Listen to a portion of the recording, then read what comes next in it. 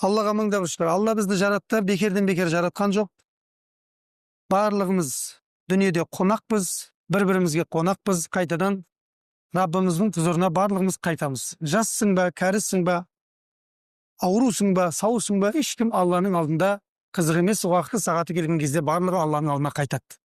Бірақ кім қалай қайтады, сол қызық болып тұр. Ғалымдарымыз айтады, небір адамдар дүниеден өтіп кетіп жатыр дейді, бірақ өмірдегі ең ләззатты, тәтті нәрсені алып кете алмай жатыр. Сонда шәкірттер сұрайды, ол не нәрсе, я ұстаз? Не нәрсе дүниедегі ең ләззатты, тәтті нәрсе десе, ғалым айтқан екен, дүниедегі ең ләззатты, тәтті нәрсе Құдайды тапқан жүрек деп айтқан екен.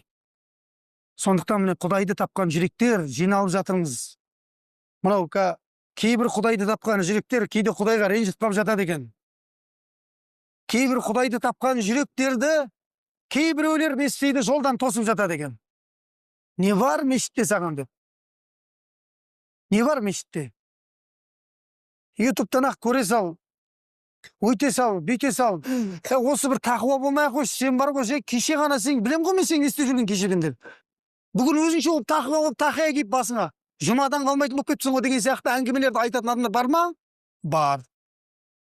Оның орнына келсеңіз кішкентай кальяндатайық. Бірдеңе қылайық.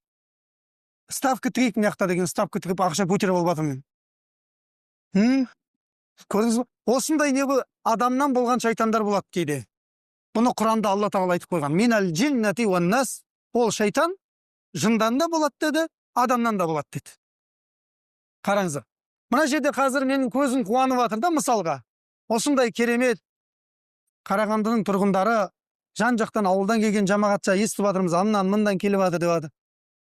Қандай керемет көрініс, мына көрініс. Қараңызшы, мына көрініс Құдайға ұнай ма, ұнамай ма? Ұнағанда қандай? Құдай тағала осы тұрғанда періштелерге мақтанып жатқан шығар, кім біледі? Именно періштелерге мақтанады Алла тағала. Өйткені именно періштелер адам жаратылып жатқан кезде әңгіме айтқан. Адам атан жаратылып жатқан кезде сен, ей Раббымыз, қан төгетін, бұзықтық жасайтын адамды жаратып жатсың ба деді. Сонда Алла тағала инни а'ламу ма ла та'ламун деді. Мен сендер білмейтін нәрсені білем деді періштелер дейді. Сендерді жаратқан мен ғой деді. Дұрыс па? Сонда періштелер не деді? Субханака деді. Раббымыз сен кемшілік сипаттардан пәксің деді.